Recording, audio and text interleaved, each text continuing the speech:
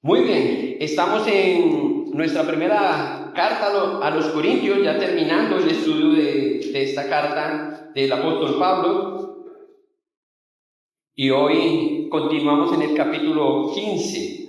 Así que quiero que abran sus Biblias en el capítulo 15 de la primera carta de Pablo a los Corintios.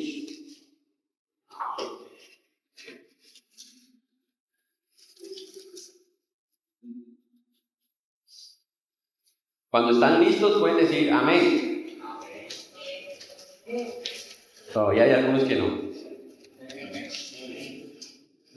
Voy a esperar que todos estén listos. La primera carta de Pablo a los Corintios, capítulo 15.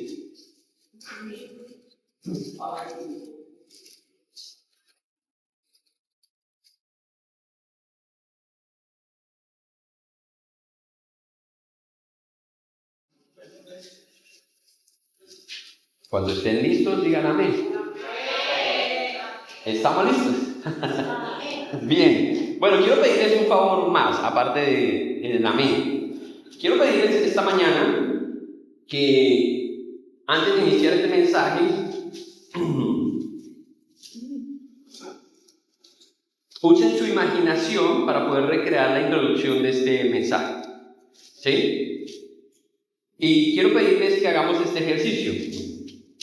Imaginen que mañana, al despertar, no. Todos están conmigo, ¿cierto?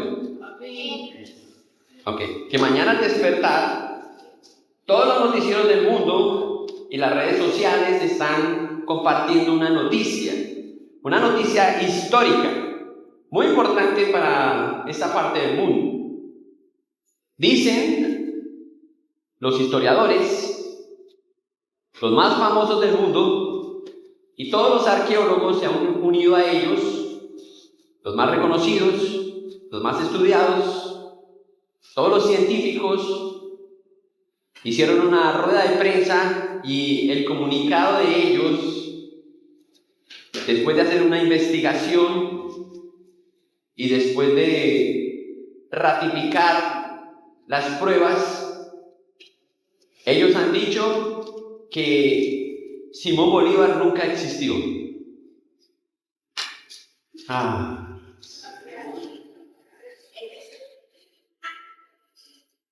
¿Qué pasaría si eso fuera así? Y mañana esa es la noticia. ¿Qué pasaría? Algunos dirían, bueno, yo le puse a mi hijo Simón por eso. Espero que no sea su caso.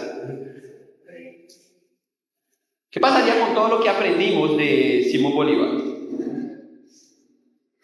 En el colegio aprendimos lecciones de él, en la universidad, a través de la historia, y que todo eso sea solamente una construcción, una fábula.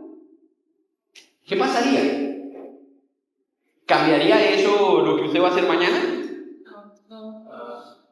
Quizás no. Ahora, si usted iba mañana para la quinta de San Pedro, de pronto,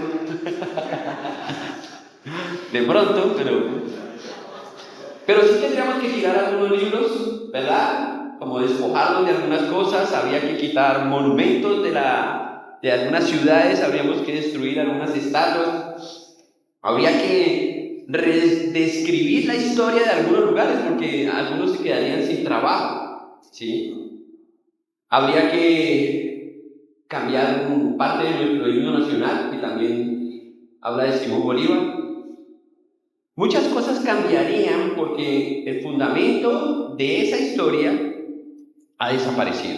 Simón Bolívar era una fábula simplemente. Eso han dicho los expertos. Pues no es una noticia que preocupe mucho a algunos por las caras que vemos. Pero ahora imagine otra noticia. Todavía estamos usando la imaginación, ¿cierto? Imagínate esta noticia. ¿Qué pasaría si ese mismo grupo de hombres, científicos, arqueólogos, qué pasaría si este mismo grupo de hombres dieran otra noticia? Y en vez de que nos dijeran que la noticia se trata de Simón Bolívar, la noticia fuera esta. Que ellos dijeran que después de estudiar mucho, han demostrado que Jesús nunca resucitó. que la resurrección de Cristo es falsa o fue falsa. Y toda la ciencia lo corrobora. Están todas las pruebas. ¿Qué pasaría? No se lo han todavía, no se vaya. Es la imaginación. ¿Qué pasaría?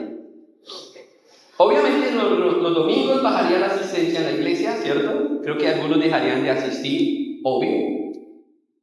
No tendría mucho sentido ni siquiera escuchar esta predicación, ni llegar temprano a la iglesia para servir. Realmente esta noticia sí cambiaría nuestra forma de vivir, ¿o no? O mañana su día sería igual, como cuando usted recibió la noticia de Simón Bolívar. Desafortunadamente les voy a decir algo, para muchos las dos noticias son iguales. Sí, es la realidad. ¿Saben que esa no es una posición inventada por los escépticos modernos acerca de que Cristo no resucitó? Esa es exactamente la pregunta que vamos a contestar aquí hoy en 1 Corintios capítulo 15, los versículos 12 en adelante, hasta el versículo 34. Es exactamente la pregunta que Pablo tiene que responder, porque en la época del apóstol Pablo, algunos decían que Cristo no había resucitado. Se dudaba de la resurrección de Cristo. Miren el pasaje, por favor. Están ahí, ¿verdad? Primero a los Corintios, ya les había mencionado el pasaje. Y miren el versículo 12, por favor. Ahí vamos a arrancar el mensaje de esta mañana. Miren la pregunta que hace el apóstol en el versículo 12. ¿Cómo dicen algunos entre vosotros que no hay resurrección de los muertos? Bueno, pero él no está hablando de Cristo. Bueno, hay una combinación entre que algunos pensaban, incluyendo a Cristo, y otros solamente pensaban en la resurrección de los muertos. Entonces Pablo va a entrar aquí a tratar este asunto de fondo para ayudarnos a ver por qué es importante la resurrección de Cristo. ¿Por qué es tan valioso que el mundo entienda la razón por la que Cristo está vivo? Y Pablo va a contestar esa pregunta aquí. Es justo donde vamos a empezar este mensaje esta mañana. La respuesta a esta pregunta, si usted tiene la respuesta correcta, debió haber cambiado su vida. Si usted tiene una respuesta cualquiera, su vida no ha sido transformada. Pero la respuesta correcta a esta pregunta debe transformar la vida de cualquier persona. Si ha entendido realmente lo que ocurrió, si entiende la magnitud de lo que ocurrió, debe cambiar la vida de una persona, debe transformar la vida de esa persona.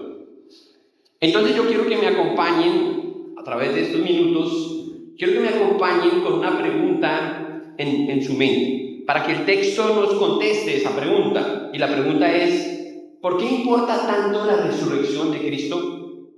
¿Por qué importa? ¿Por qué es importante la resurrección de Cristo? Hagámosle esa pregunta al texto, a la Biblia. ¿Por qué es importante? Para que Pablo o el Señor nos conteste él mismo la pregunta. Retomemos la lectura nuevamente, ahora desde el comienzo del versículo 1. Y leamos, por favor, versículo 12, hasta el versículo 19. Pablo dice, pero si se predica el Cristo que resucitó de los muertos, ¿cómo dicen algunos entre vosotras que no hay resurrección de los muertos? Porque si no hay resurrección de los muertos, tampoco Cristo resucitó.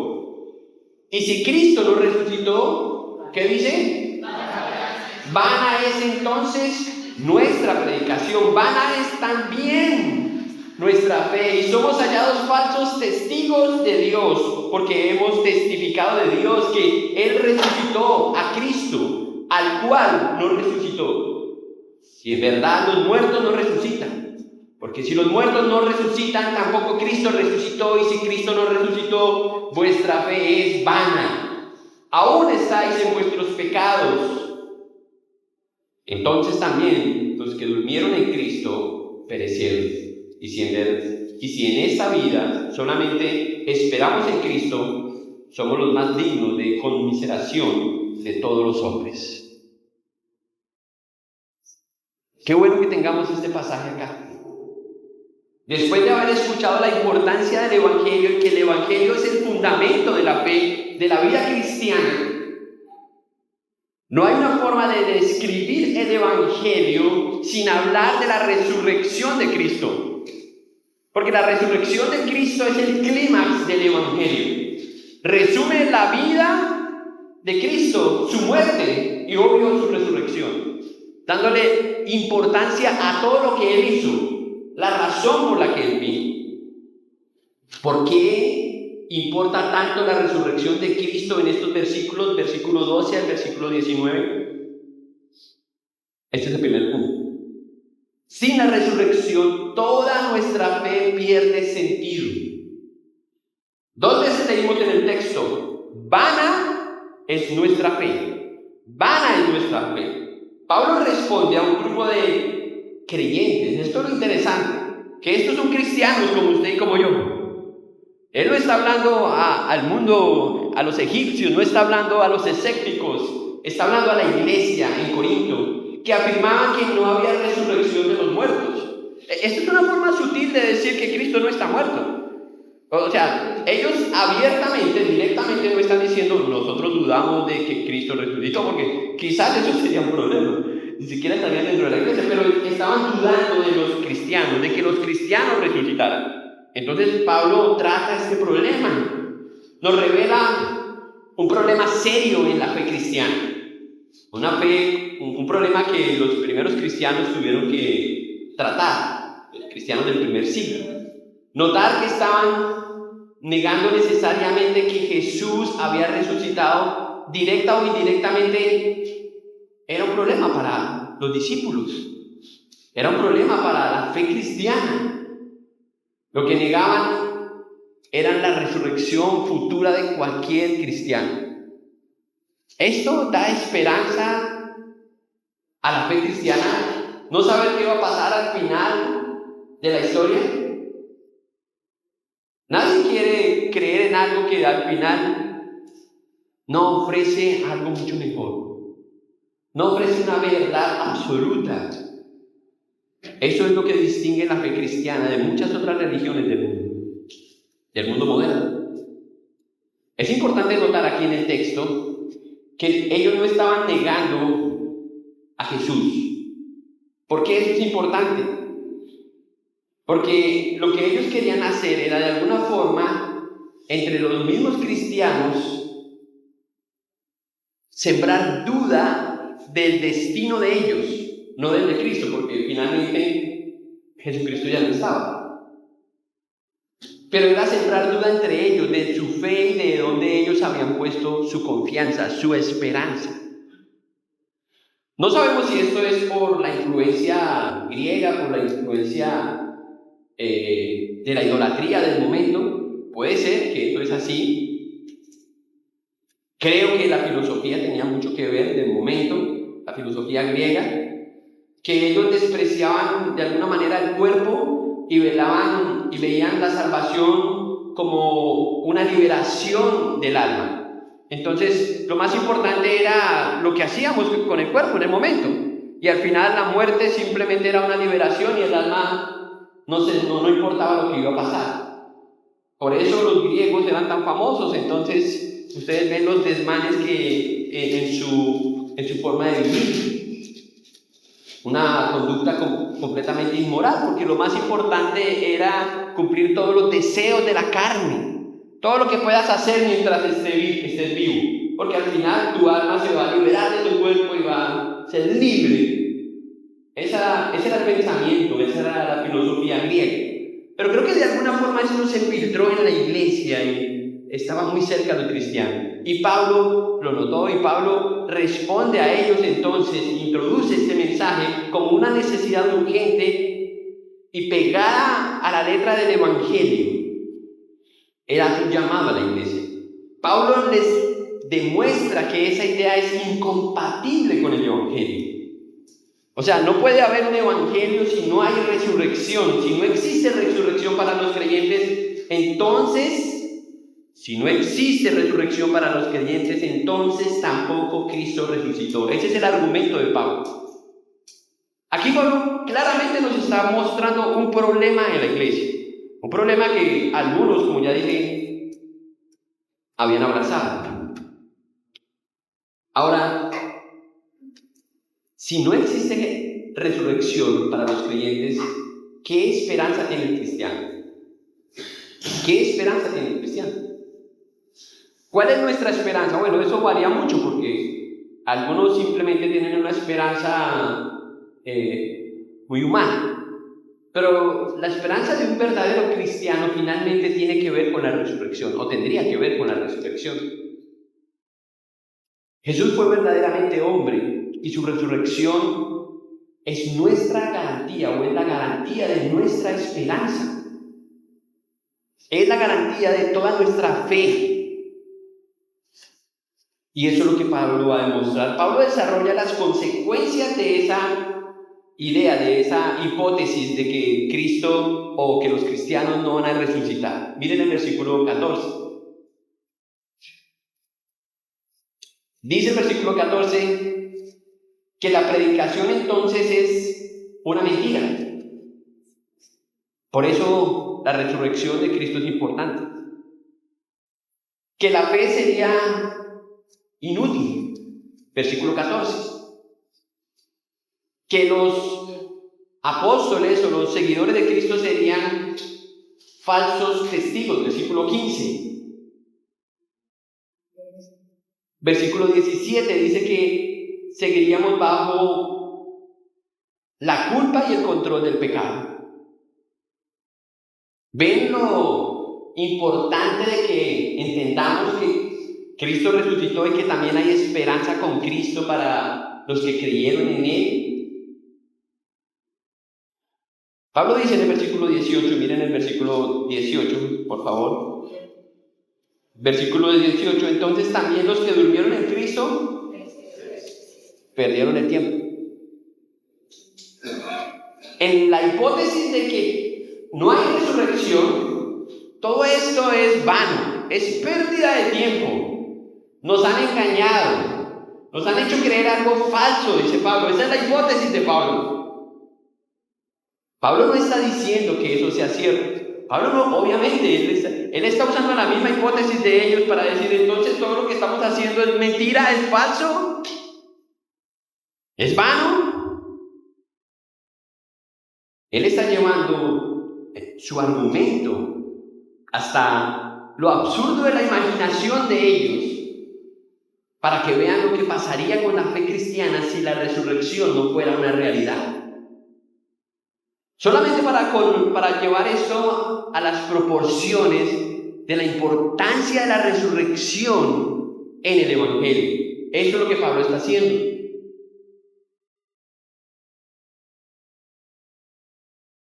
Yo no sé si ustedes escucharon alguna vez una noticia de un puente en Italia, un puente que se cayó en el 2018. ¿Escucharon eso? ¿No? ¿Alguien escuchó eso?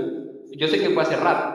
Pero era un puente muy famoso porque pasaba por encima de la ciudad, creo que se llamaba Génova, y pasaba por encima de muchas ciudades, de muchas casas, edificios.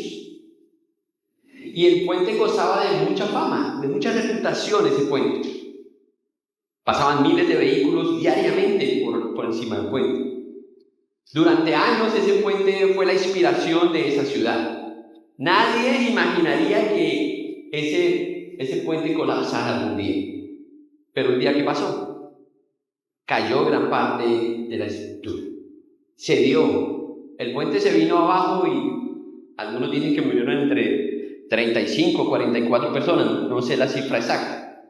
Murieron muchas personas, eso es lo único real. Cuando hicieron los estudios de la caída del puente, la estructura mostró muchas grietas que de alguna forma evidenciaban un problema estructural, que habían problemas graves y que habían sido ignorados por tiempo, y que obviamente después eso fue exactamente lo que hizo que el puente colapsara. Pues eso es lo que Pablo quiere evitar. Pablo ve esas grietas enormes en la iglesia y en la fe de muchos cristianos que no han entendido correctamente la importancia de la resurrección de Jesús, y que finalmente con el tiempo, si siguen construyendo y solamente mostrando como las apariencias, al final van a colapsar. Porque no han entendido uno de los aspectos más importantes de la fe cristiana, y es la esperanza que nos da la resurrección que Cristo nos otorgó a través de su propia resurrección. Y por eso Pablo está tratando este tema tan importante. Hoy hay muchas personas que dicen, bueno, pero lo importante es que seguimos a Jesús. Y claro, hay muchos seguidores de Jesús que no creen en su resurrección. Hay muchos historiadores que hablan de Jesús como un superhéroe, como un hombre importante, pero no creen en la resurrección de Cristo. Pablo diría, no se puede creer en Cristo si no ha resucitado. Si no crees que Él resucitó, ni siquiera todas las enseñanzas que Jesús compartió en la Biblia para nosotros tendrían valor. Si Él no está vivo hoy, a la diestra de Dios, intercediendo por la iglesia, no vale la pena que estemos aquí hoy hablando de Él. Lo único que le da valor a nuestra fe es que Él está vivo. Nuestro Salvador está vivo. Eso es realmente extraordinario. La iglesia no existe porque admiramos a un maestro o a alguien importante, elocuente, alguien de la historia. La iglesia no existe porque simplemente creemos ciegamente. La iglesia existe porque hay un Salvador vivo. Jesús está vivo y es una persona. Es una persona que está viva, que vino a este mundo y murió y resucitó. Mahoma murió y su tumba permanece hasta el día de hoy. ¿Saben dónde está la tumba de Mahoma? Yo lo sé por mi apellido, Medina. Ahí está la tumba de Mahoma. Algunos van a visitarla por montones. Buda murió. Confucio murió. Todos han muerto. Los grandes líderes religiosos están muertos. Pero ¿saben una cosa? Nuestro Salvador está vivo. Jesús está vivo. Él venció la muerte, salió de la tumba para darnos esperanza, para que nosotros creamos en que un día como Él venció la muerte, nosotros también tomaremos un cuerpo nuevo y saldremos de la tumba. Si Él no hubiera hecho eso, nosotros era imposible creer eso y tener esa esperanza. La esperanza no es tener una mejor vida en este mundo, no es tratarnos bien, no es amarnos, no es disfrutar de la vida, no. La esperanza es resucitar con Cristo en la eternidad y vivir con Él por el resto de la eternidad. Pero nos han vendido una esperanza temporal de que aquí nos van a tratar bien, de que aquí nos va a ir bien, de que aquí se va a multiplicar todo. Que si das, entonces Dios te da más. Que si oras más, entonces recibes más. ¿Esa es su esperanza? Si esa es su esperanza, es muy pobre. Mi esperanza es que yo no necesite dinero. Mi esperanza es que yo no necesite salud. Que no me voy a enfermar. Que no me va a faltar nada. Que no van a ser contados mis días. Esa es mi esperanza, que voy a estar con mi Salvador. Mi esperanza no está fijada en este mundo, Si Cristo venció la muerte, Él quiere enseñarnos que los que creen en Él pueden vencer la muerte. Eso es maravilloso. Solo fe. Por eso nuestra confianza no descansa en filosofía de hombres, en mentiras de hombres, sino en un acontecimiento histórico que hasta el día de hoy dividió la historia de este mundo en dos, para recordarle al hombre que el único que ha hecho posible eso se llama Jesucristo y está vivo. Esa es la única verdad. Entonces, claro, Pablo tiene un problema aquí, un problema que los cristianos del primer siglo tenían y que quizás muchos otros tienen, y quizás sea una mala noticia porque es un problema. Pero ahora Pablo trata la solución, versículo 20, segundo punto de este mensaje. Mas ahora, ¿qué dice? Leanlo. Mas ahora Cristo ha resucitado de los muertos, dice Pablo, ahí está. Cristo ha resucitado de los muertos, primicia de los que durmieron, es hecho. Porque cuanto la muerte entró por un hombre, también por un hombre la resurrección de los muertos. Porque así como Adán, todos mueren, también en Cristo todos serán vivificados. Pero cada uno en su debido orden. Cristo las primicias, luego los que son de Cristo en su venida, luego el fin, cuando entregue el reino de Dios y Padre. Cuando haya suprimido todo dominio, toda autoridad y potencia, porque precioso es que Él reine hasta que haya puesto a todos sus enemigos debajo de sus pies. Y el postrer enemigo que será destruido, ¿cuál es? Es la muerte. Porque todas las cosas las sujetó debajo de sus pies. Y cuando dice que todas las cosas han sido sujetadas a Él, claramente se exceptúa aquel que sujetó a Él todas las cosas. Pero luego que todas las cosas le estén sujetas, entonces también el Hijo mismo se sujetará al que le sujetó a Él todas las cosas, para que Dios sea todo en todos. Amén. Un problema con una solución. Y esta es la verdadera noticia, que Cristo resucitó, dice Pablo. No hay de qué temer, iglesia, Cristo está vivo. Esa es la respuesta de Pablo. ¿Por qué es tan importante la resurrección en los cristianos? Segundo punto, porque Cristo resucitó, nuestra esperanza es absolutamente segura. Ni la vida, ni la muerte, nada nos podrá separar de Cristo. Nada. Si creemos en esta verdad, esa es la realidad. Después de presentar el escenario más oscuro que Pablo pudo, yo sé que Pablo dijo esto con temor, planteando la hipótesis de una negación de la resurrección. Pablo ahora introduce uno de los peros más notables en la Biblia. Pero ahora Cristo ha resucitado entre los muertos. Ese es el pero más glorioso en todo el Nuevo Testamento. Una objeción a una mentira. Cristo está vivo. Todo cambia porque ahora Pablo ya no responde simplemente a dudas o a objeciones. Ahora explica las consecuencias de la resurrección, de creer en la resurrección. Primero dice que Cristo es las primicias. ¿Saben lo que son primicias, cierto? Primicias.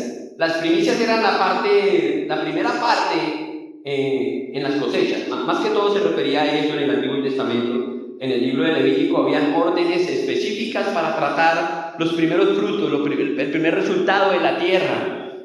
Entonces, Pablo dice que Cristo es las primicias, que no solamente eran las cosas primeras, sino las cosas que iban a garantizar que la cosecha iba a ser algo fructífero y bueno. Por eso lo entregaban, porque cuando usted entregaba las primeras uvas, entonces estaba haciendo un gesto de ofrenda y de confianza en que las mejores uvas iban a garantizar la mejor cosecha que iba usted a entregar. Era la certeza, las primicias eran la certeza de lo que vendría después de lo que usted entregaría. Era la degustación de lo que usted disfrutaría. Esas son las primicias de las que Pablo habla aquí. Yo estaba leyendo un comentario de John MacArthur. En su comentario, él dice algo acerca del versículo 20. Y él habla de que este versículo, el versículo 20, leámoslo una vez más. Versículo 20. Perdón.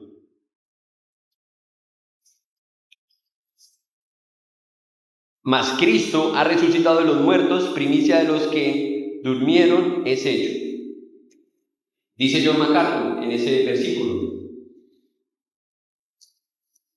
abro comillas, dice que hay un gran cambio en el capítulo y en todo el libro, un antes y un después del versículo 20.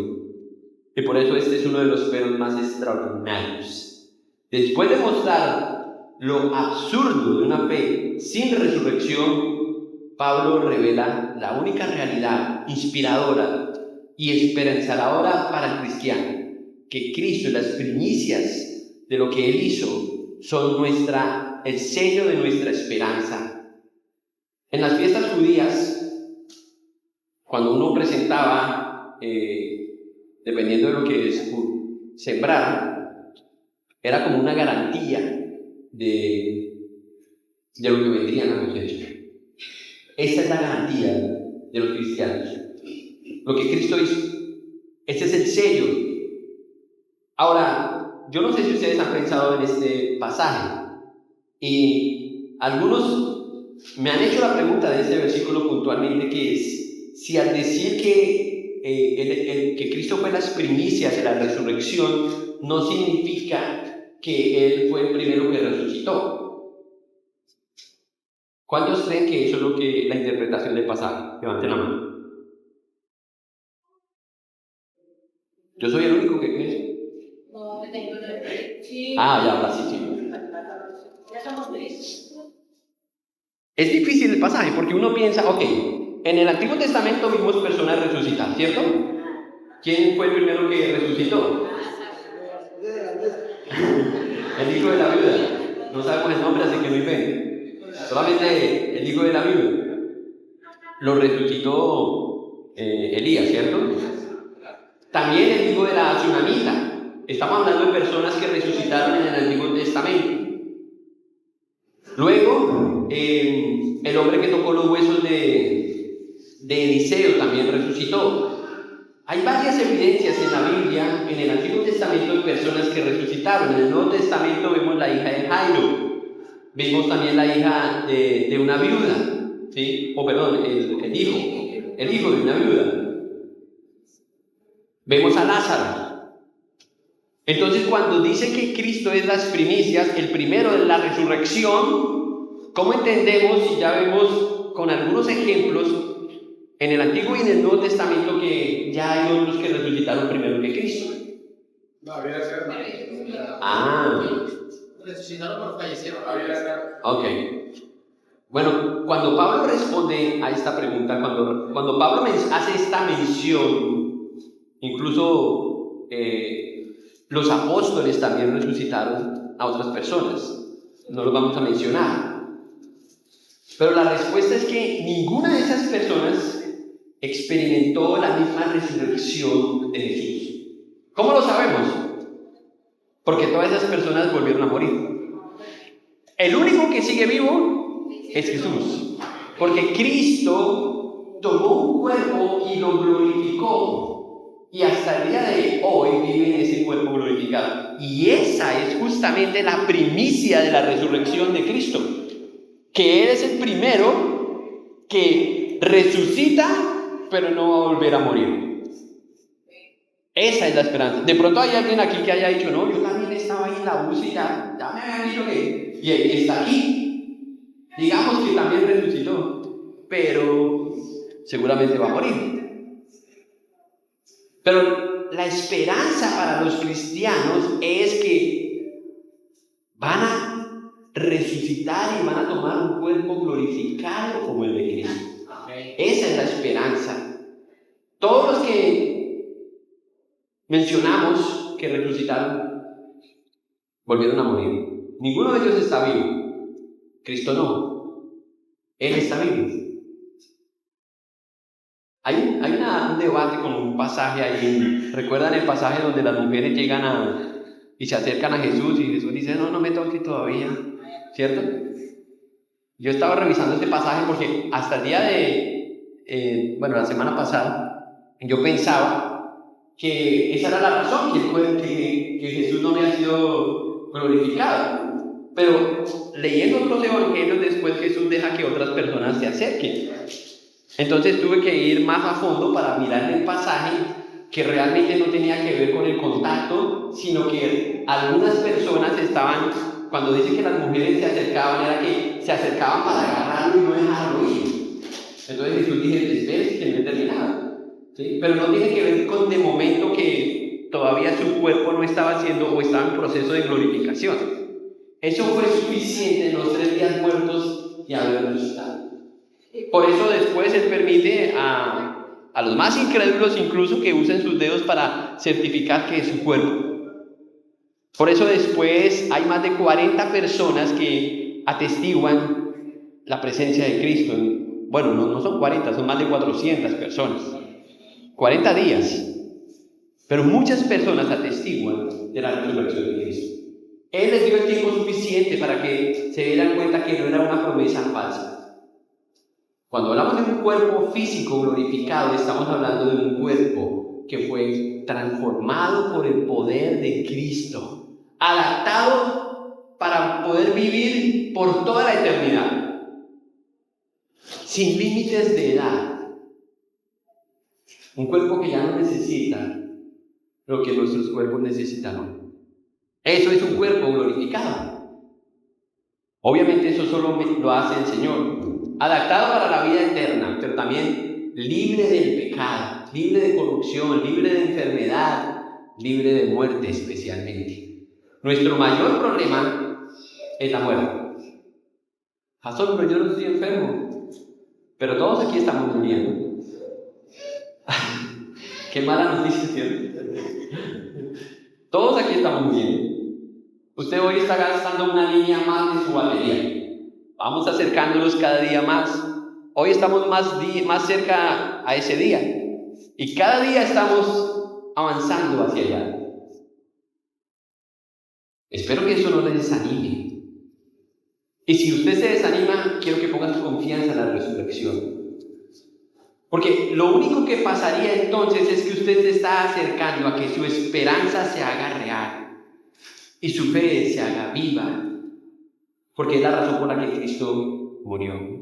Hablando de ese cuerpo glorificado, Pablo dice, y no tienen que ir allá, voy a leer este versículo, Filipenses 3:20. Bueno, el 21 también dice Pablo, el Señor Jesucristo transformará el cuerpo de humillación, de nuestra humillación, para que sea semejante al cuerpo de la gloria suya. Es decir, que lo que nos espera a nosotros es lo mismo que le esperó al cuerpo de Cristo. Un cuerpo completamente glorificado como el suyo. Su resurrección garantiza la resurrección futura de todos los creyentes que han puesto su confianza en Jesús para salvación. La resurrección de Cristo no fue solamente un acontecimiento histórico, aislado. Fue el comienzo, las primicias de una cosecha de lo que un día va a pasar cuando la trompeta suene y los muertos en Cristo resuciten primero. Eso fue lo que Cristo hizo.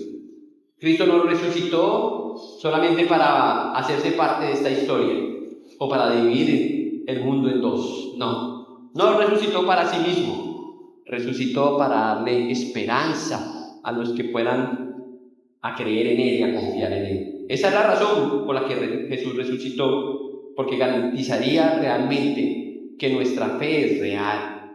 Miren el versículo 22 nuevamente. Dice el versículo 22, porque así como Adán, todos mueren. Eso lo podemos creer todos, ¿cierto? ¿Alguien duda de eso? ¿Alguien duda aquí de la muerte? Quizás usted dude de que la razón por la que morimos es por la desobediencia de Adán. Pero usted no duda de que vamos a morir. Y ahora le informo que eso tiene que ver con Adán, que fue por la desobediencia de Adán en Génesis capítulo 3. Y Pablo lo está mencionando, ¿sí? Pablo está diciendo que la muerte entró por un hombre y ese hombre se llama Adán. Entonces la vida entrará por un hombre y ese hombre se llama Cristo.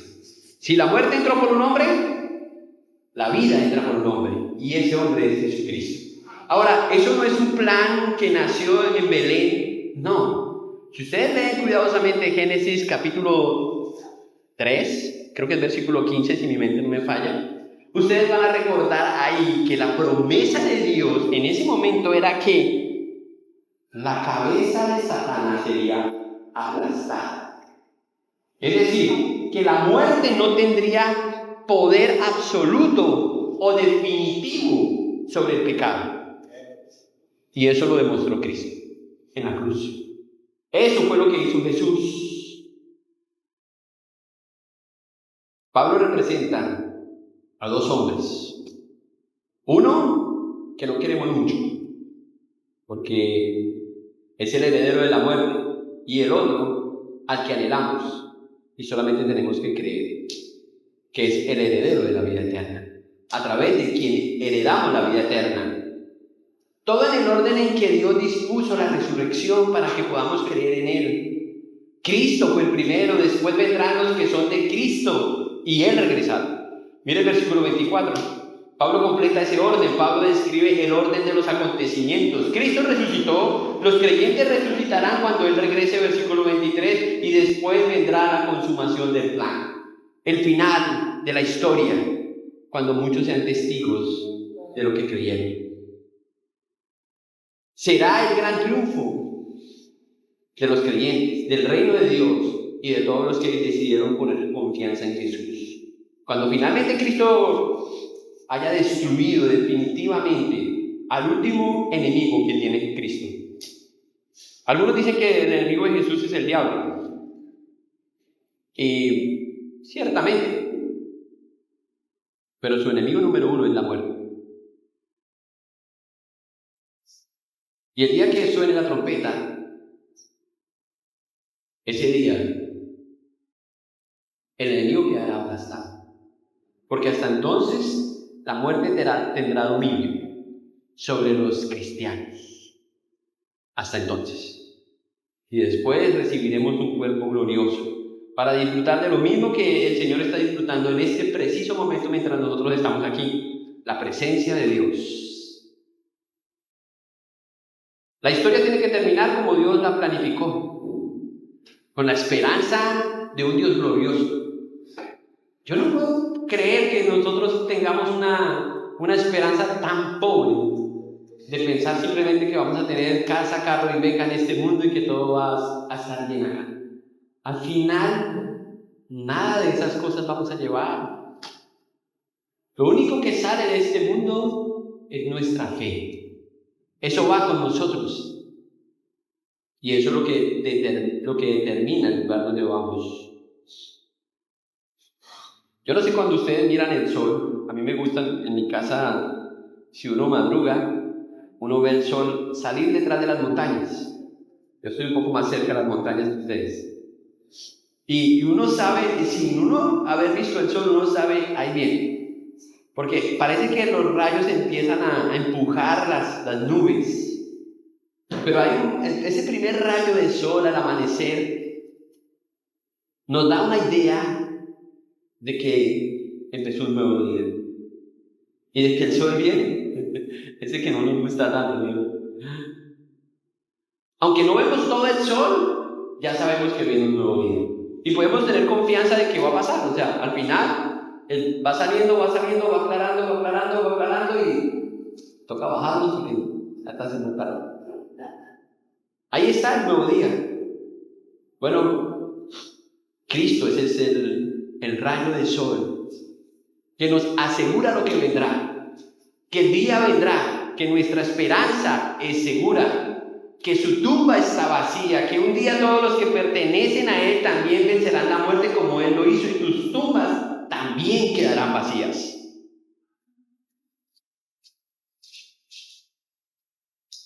Voy a hacer aquí publicidad.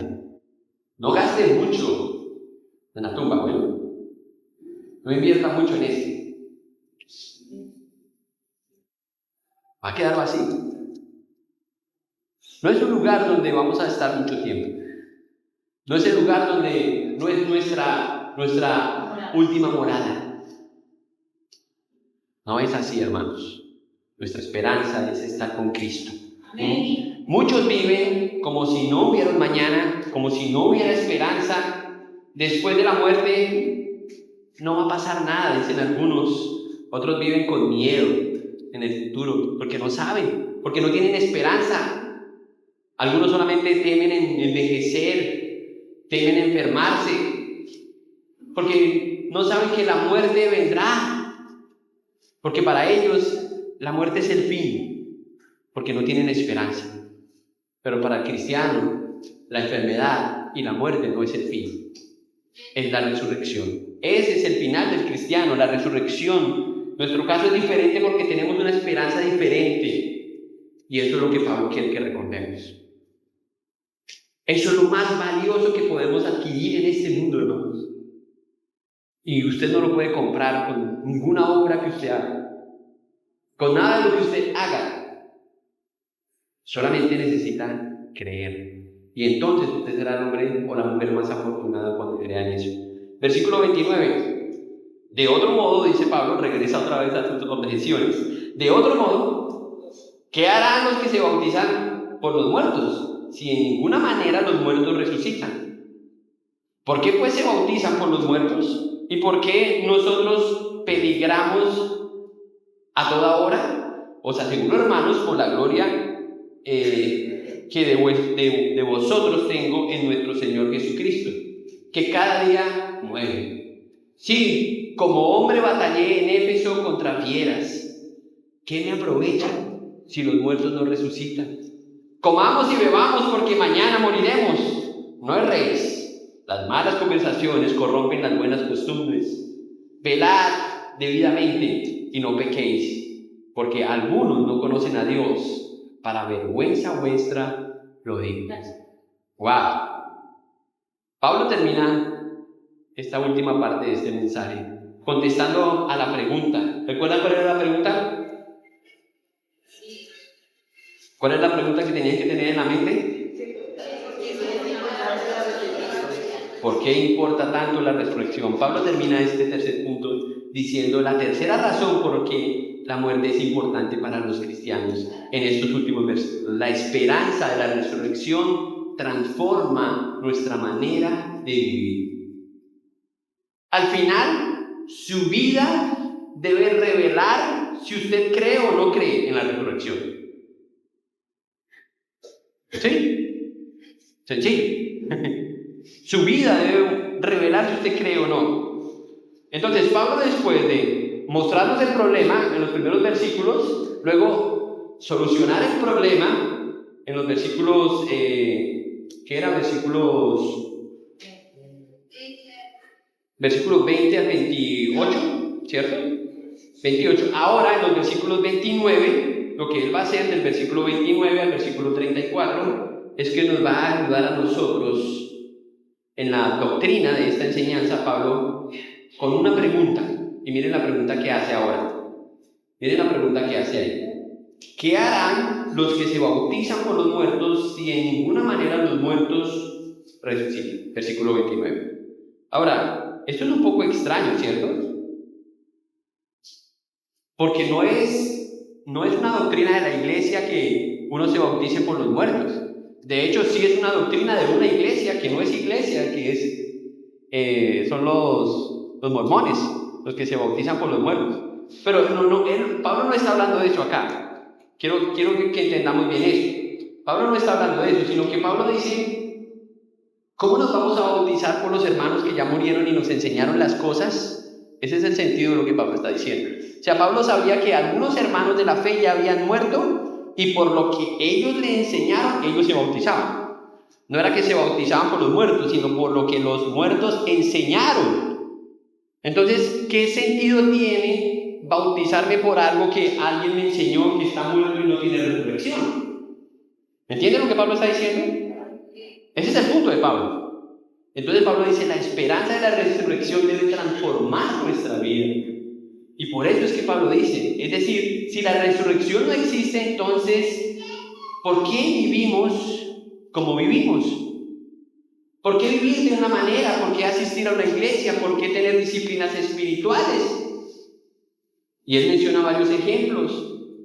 Él habla en el versículo 29, miren el versículo 29, dice, porque pues se bautizan por los muertos, el 30, y por qué nosotros peligramos a toda hora.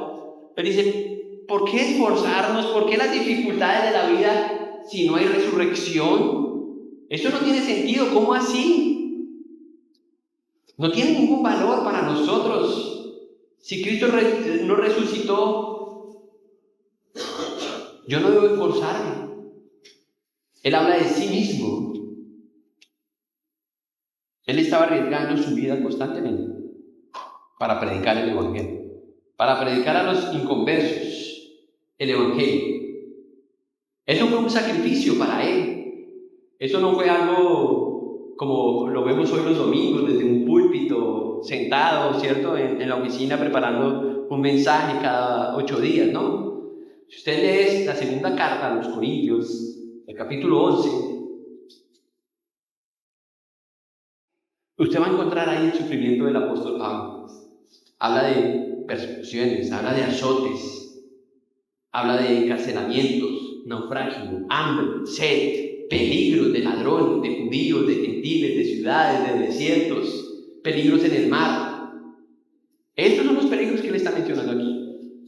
¿Por qué esforzarme para predicar el Evangelio si Cristo no resucitó?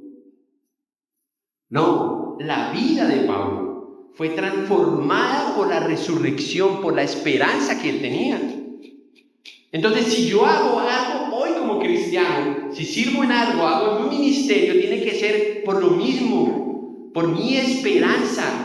No por recibir aplausos, no por recibir agradecimiento, es por la esperanza de finalmente que tenemos en Cristo.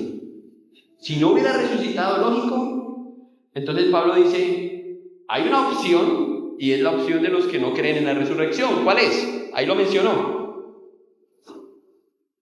¿Qué dice el texto? Si no hay resurrección, ¿qué debemos hacer? Comamos y bebamos, porque mañana moriremos. Eso suena chévere, ¿cierto?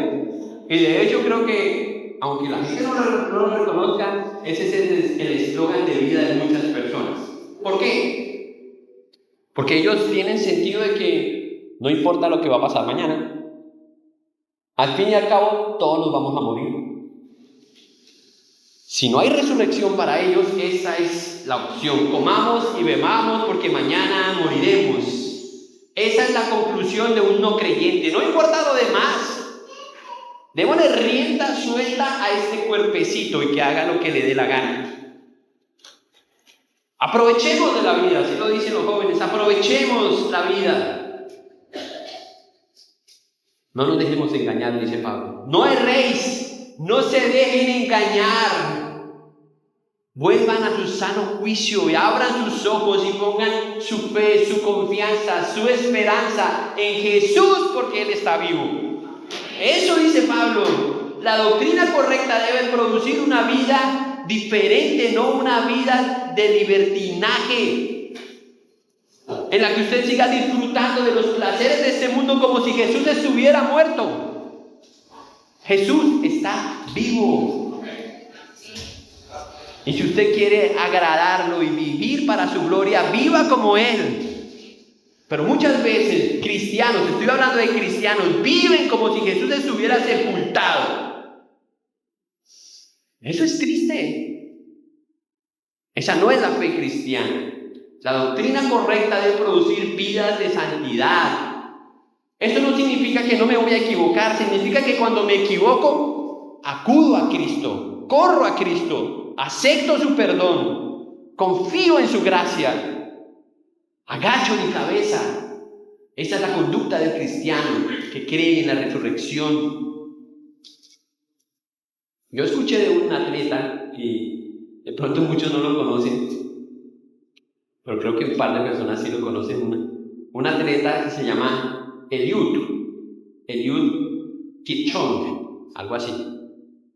Es un atleta de Kenia, considerado por muchos el mejor atleta o maratonista, ¿se dice así? Maratonista, de todos los tiempos. Un hombre con muchas medallas, con muchos reconocimientos, un hombre muy disciplinado.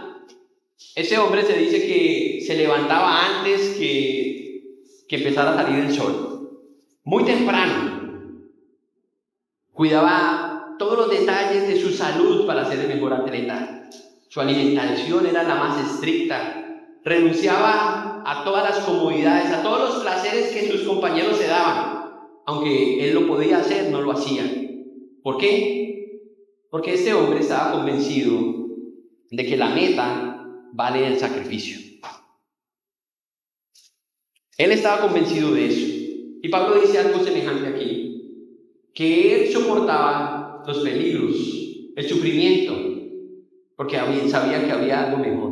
Que él disciplinaba su cuerpo, así lo dice Pablo, que él disciplinaba su cuerpo, ayunaba, oraba, hacía cosas que su cuerpo no quería. ¿Por qué? Porque había algo mejor, había una meta por delante y él había puesto sus ojos en la meta, en la resurrección. Ahí estaban puestos sus ojos. Esto era la garantía del apóstol Pablo. Entonces esa era su recompensa, la resurrección de Cristo. Recibió cárcel, enemigos, azotes, muchas otras cosas. Pero él sabía que todo esto era pasajero, porque al final, si él resucitaría, todo esfuerzo valió la pena. Todo esfuerzo valió la pena. La esperanza del premio cambia la manera en que vivimos, hermanos. Si su premio está aquí, bueno, comamos y vivamos. Pero su premio no pertenece a este mundo. Vivamos para el premio, vivamos para él y sacrifiquémonos para alcanzar ese premio. En el sentido de que debemos vivir para Cristo. Nosotros no tenemos que hacer otra cosa sino creer, porque Cristo ya lo hizo todo. Y ese premio de Cristo nos bendice a nosotros. Si lo piensas bien, ¿por qué Pablo dedicaba desde el capítulo 1 un mensaje enfático en la primera carta a los Corintios? ¿Por qué él predicaba sobre la unidad? ¿Será porque Cristo estaba vivo? Si Cristo estuviera muerto, ¿por qué Pablo hablaría de unidad? ¿Por qué Pablo habló en esta carta a los Corintios contra el pecado en el capítulo 15? ¿Será porque Cristo estaba vivo? Claro, porque Cristo vive. Porque habló acerca de amar a los hermanos como Cristo lo hizo, porque Cristo vive. Porque habló acerca del uso de nuestros dones en el capítulo 12, 13 y 14, porque Cristo vive. Porque edificar a la iglesia, porque Cristo vive. Todas las enseñanzas, desde el capítulo 1 hasta el capítulo 15, son por la resurrección, por el premio, por la meta del cristiano. Es su resurrección juntamente con Cristo. Los muertos en Cristo resucitarán primero. La resurrección no es solo una doctrina de creer, es una doctrina de vivirla. Es una verdad que debe transformar nuestras vidas e impulsarnos a vivir para Él, esperando su regreso. Esa es nuestra esperanza, de los que hemos creído. Sí, vamos a enfrentar pruebas, vamos a enfrentar tentaciones y vamos a pasar por momentos difíciles. Pero ¿qué importa si al final vamos a resucitar con Él? ¿Qué importa, hermanos? ¿Qué importa si vienen pruebas y dificultades? Si al final vamos a estar con Él. ¿No es eso lo más valioso? ¿No es esa su esperanza? ¿O todavía usted está esperando que alguien descubra el secreto de la vida? Nadie va a prometer tal cosa. Hermanos, Pablo comienza este mensaje llevándonos a imaginar el peor escenario.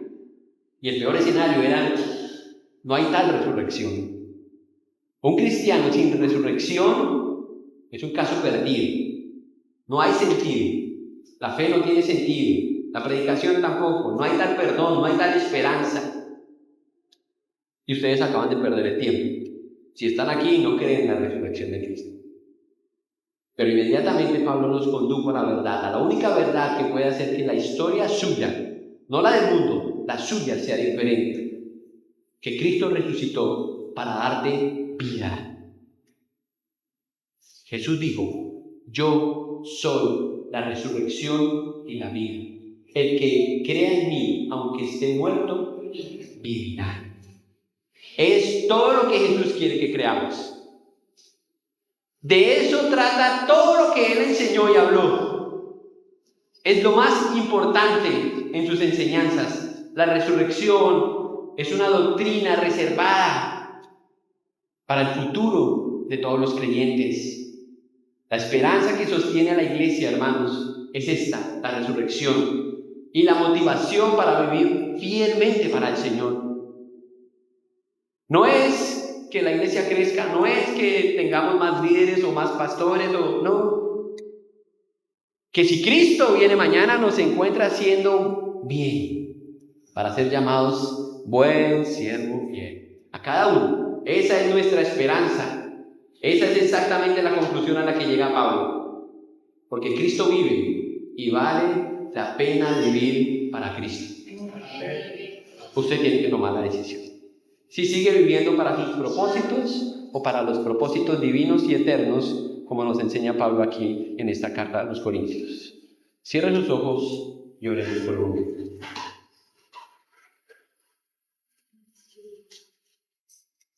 Piense de qué manera Dios le habló en este mensaje a usted.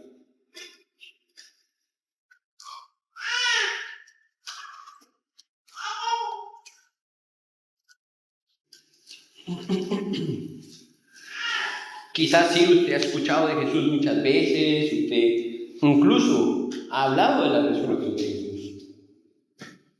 Pero si usted tuviera que morir hoy, ¿usted está seguro completamente que Jesús resucitó y usted resucitará juntamente con Él?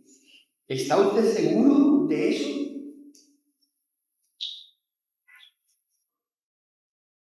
Señor, escucha la oración del pecador hoy, de quienes no son tus hijos, Señor, y están aquí hoy escuchando tu palabra.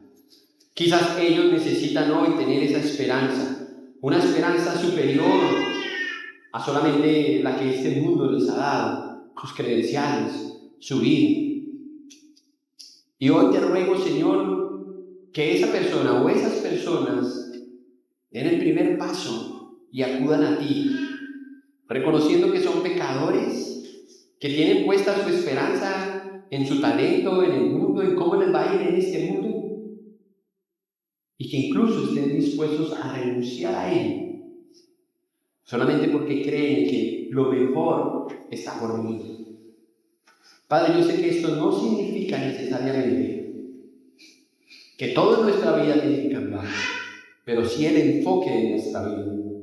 Y yo te ruego que pongas fe en ellos y que hoy les permitas decir con sus propias palabras a ti que son pecadores, que necesitan tu gracia, necesitan tu perdón. Y si tú eres ahí y estás escuchando, díselo al Señor con tus palabras: Señor, perdóname. Perdóname, porque al final puede ser que acumule riquezas y muchas cosas. Pero si salgo de este mundo no les dé lo más importante. Y por eso te pido que me des la fe para creer, para confiar en lo que tu Hijo Cristo hizo. Porque Él está vivo y está esperando para regresar a este mundo y dar vida a todos los que han creído en Él. Estén muertos o estén vivos. Señor, ayúdanos a creer en tu Hijo Jesús, en la suficiencia de su obra. Ayúdanos, Señor, a sepultar nuestro viejo hombre, a enterrar nuestro viejo hombre y a darle paso al nuevo hombre creado según Dios. Ayuda, Señor, a los que están aquí hoy para que puedan ser tus hijos y puedan poner su confianza en Jesús como tu Salvador. Si tú eres esa persona, dile al Señor, hazme mi hijo, Señor. Quiero creer, pero no he podido. Abre mi entendimiento, obra mi corazón y confiesa a Cristo como tu Salvador. Señor, escucha la oración de esta iglesia y ayúdanos porque te necesitamos, Señor. Lamentablemente, Señor, vivimos en un mundo consumista, materialista, Señor, que hace que nuestros ojos, Señor, se descuelguen del cielo y empecemos a pensar en las cosas terrenales como cosas más importantes que Dios. Hoy hemos entendido que hay una esperanza y una promesa, Señor, superior, no inalcanzable, una esperanza que puede ser heredada a todos los que creen en Jesús, viven para Él y esperan en Él. Y por eso, Señor, te damos gracias por recordar. Gracias por tus palabras. Te amamos, Señor, y te damos a ti toda la gloria y todas las gracias, Señor. Sigue transformando nuestras vidas a la luz de estas verdades, para que nuestra vida refleje a otros que tenemos un Salvador vivo, que esperamos a un Salvador, que esperamos que suene la trompeta. Gracias, Jesús. Gracias porque sé que en este momento estás orando por nosotros y te damos gracias, Señor, por ser tan paciente y por amarnos. En tu nombre, Jesús, oramos. Amén.